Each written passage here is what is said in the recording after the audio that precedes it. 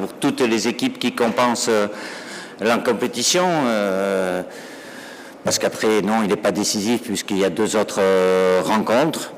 Voilà, même si dans les statistiques, le dernier champion du monde, il a perdu son premier match. Ça ne l'a pas empêché d'être champion du monde aussi. Donc. Mais dans l'idéal, de bien commencer par une victoire dans une poule à 4 équipes, c'est la meilleure des choses. Donc c'est toujours l'objectif quand on aborde ce premier match.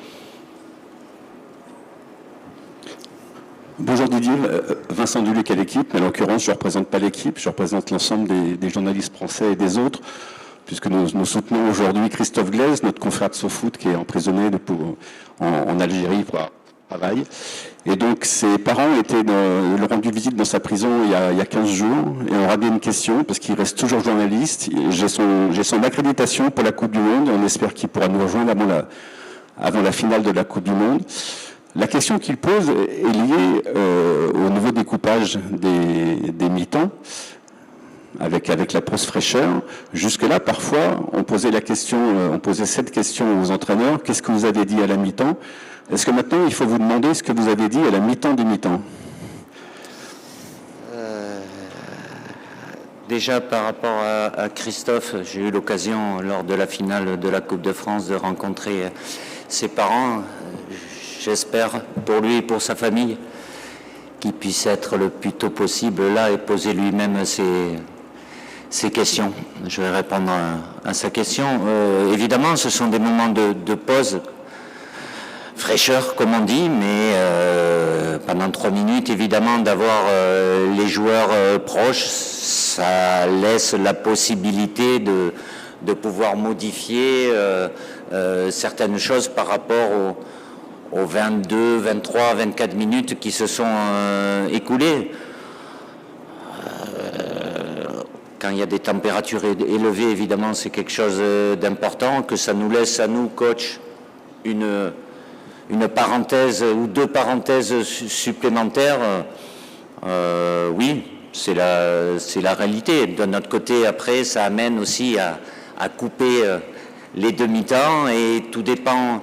L'équipe, si elle est dans un temps fort ou dans un temps faible, surtout si elle est dans un temps fort, d'avoir cette coupure, forcément il y a une reprise derrière. Donc on s'adapte, on l'a mis en place sur les 2 matchs de préparation aussi, parce que ça fait, c'est quasiment 4 quarts-temps.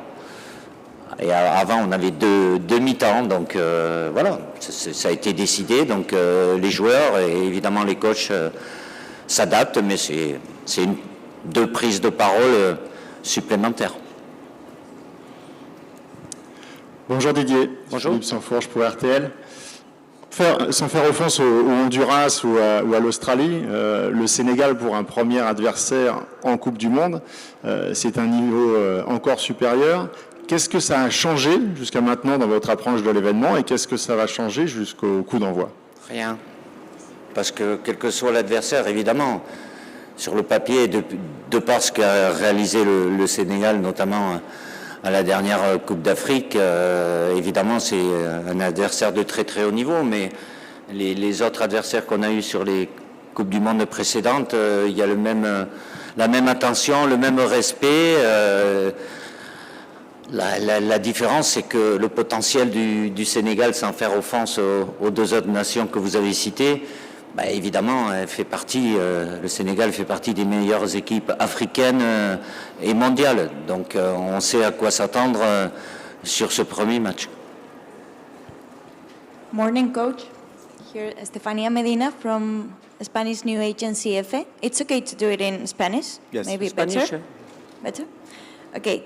Entrenador, Francia lleva 2 finales consecutivas del Mundial. En el caso de llegar, en esta ocasión sería la tercera.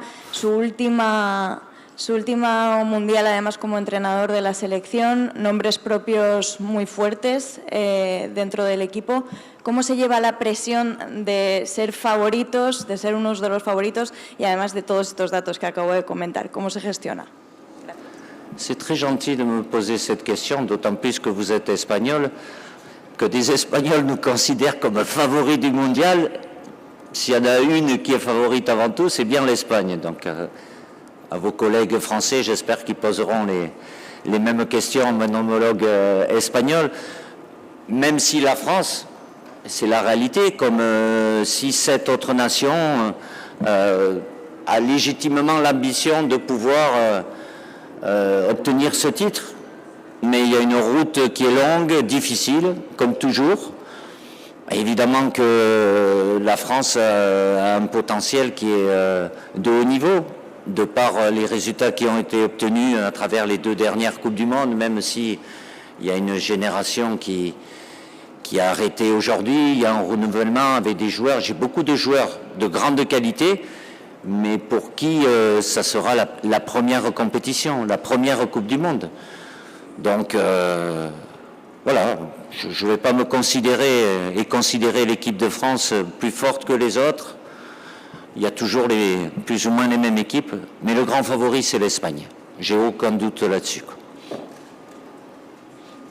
Hello coach, my name Hello coach, my name is Stephen from Kenya, and I just wanted to ask you, of course you're one of the top teams in the world, and Senegal are one of the teams of the African continent, one of the top teams on the African continent. They pride for being athletic, very defensive as well, and they take time to do their thing. Just from a France perspective, what kind of challenge are you expecting from these African giants, and what do you think your side need to do in order to come out with a win on the opening match?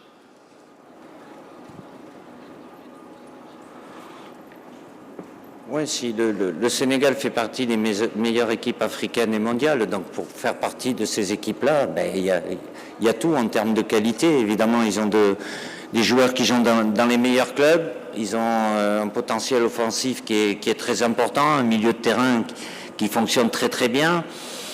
L'aspect défensif aussi sur la dernière compétition avec la CAN a été très efficace, avec une grande densité athlétique, mais c'est pas que ça.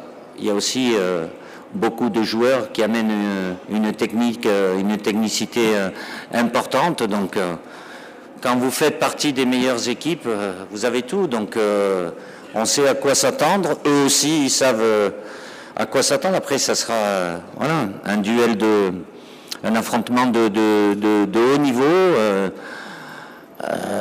Pour un premier match, mais c'est la spécificité de se retrouver dans la même poule avec évidemment l'Irak et puis la Norvège qui est aussi une très bonne nation. Bonjour Didier, Stéphane Bianchi du Parisien. Ça fait maintenant 10 ans qu'Ousmane Dembélé est en équipe de France. Il arrive ici aux États-Unis avec le statut de Ballon d'Or, mais paradoxalement, on a l'impression qu'il n'a pas encore marqué l'équipe de France de son empreinte. Comment faire pour lui donner le déclic et qu'on voit un Ousmane Dembélé aussi performant, percutant en équipe de France qu'il l'est au PSG? Merci. C'est vrai qu'il a commencé tôt, mais il a eu aussi pas mal de pauses liées à ses nombreuses blessures. En club, il y a des matchs tous les 3-4 jours. Évidemment qu'avec le PSG, sa reconnaissance personnelle en ayant le Ballon d'Or qu'il mérite, le met en lumière.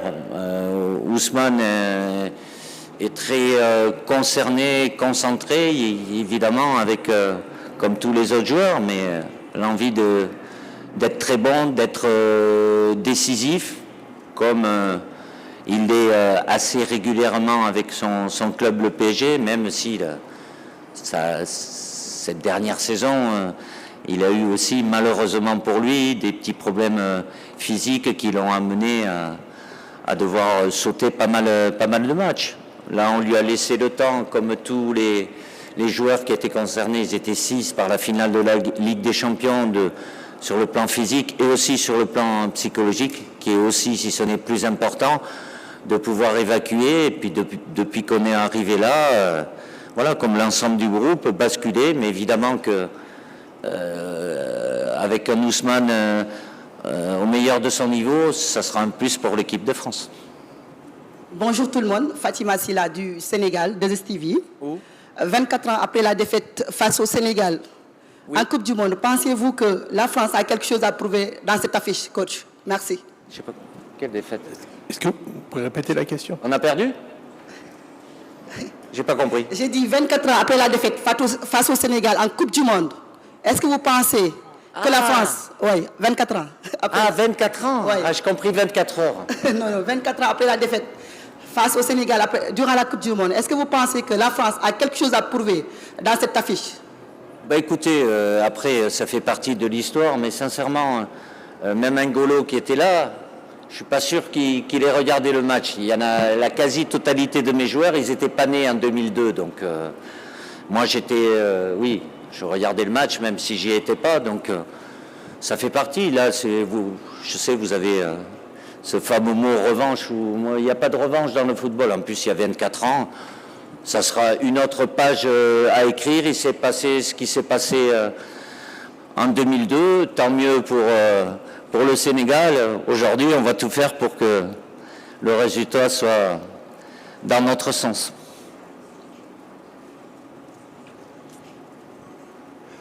Bonjour Didier, Giovanni Castelli pour la chaîne L'Équipe.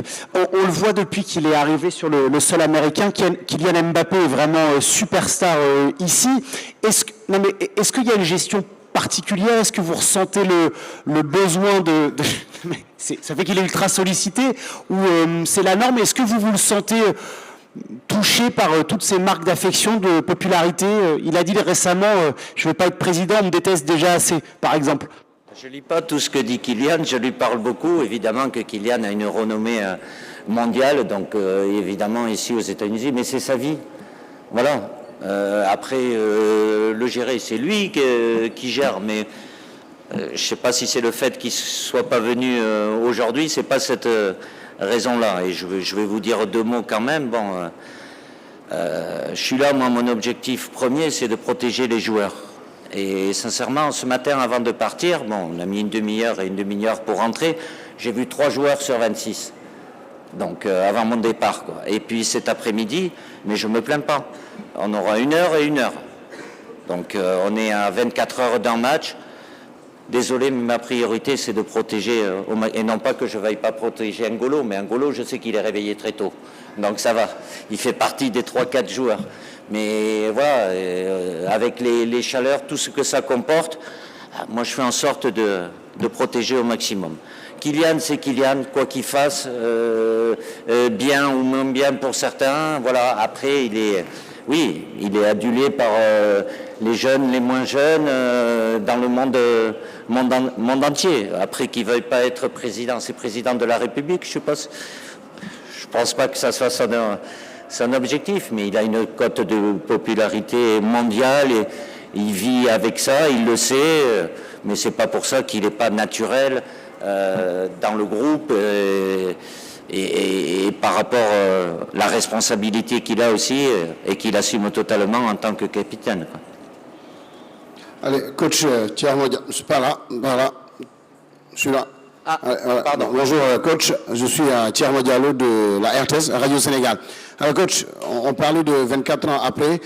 Cette équipe j'ai dit, on parlait de 24 ans après. Cette équipe sénégalaise que vous allez rencontrer demain semble être beaucoup plus forte que celle de 2002, à votre avis? Je ne sais pas, je ne me rappelle même pas de celle de 2002. Elle a dû être très forte puisqu'elle a gagné contre l'équipe de France qui avait de très très bons joueurs, et une très belle équipe aussi.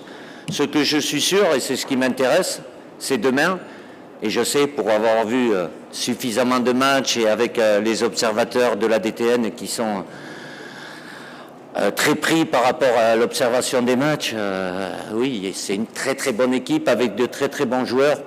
Par principe, j'aime pas qu'on compare des générations et encore moins qu'on les oppose.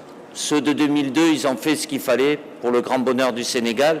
Mais aujourd'hui, je vous le répète, en face de nous, il y a une très très belle équipe du Sénégal avec toutes les qualités que demande le football de très haut niveau. Et on va prendre une dernière question.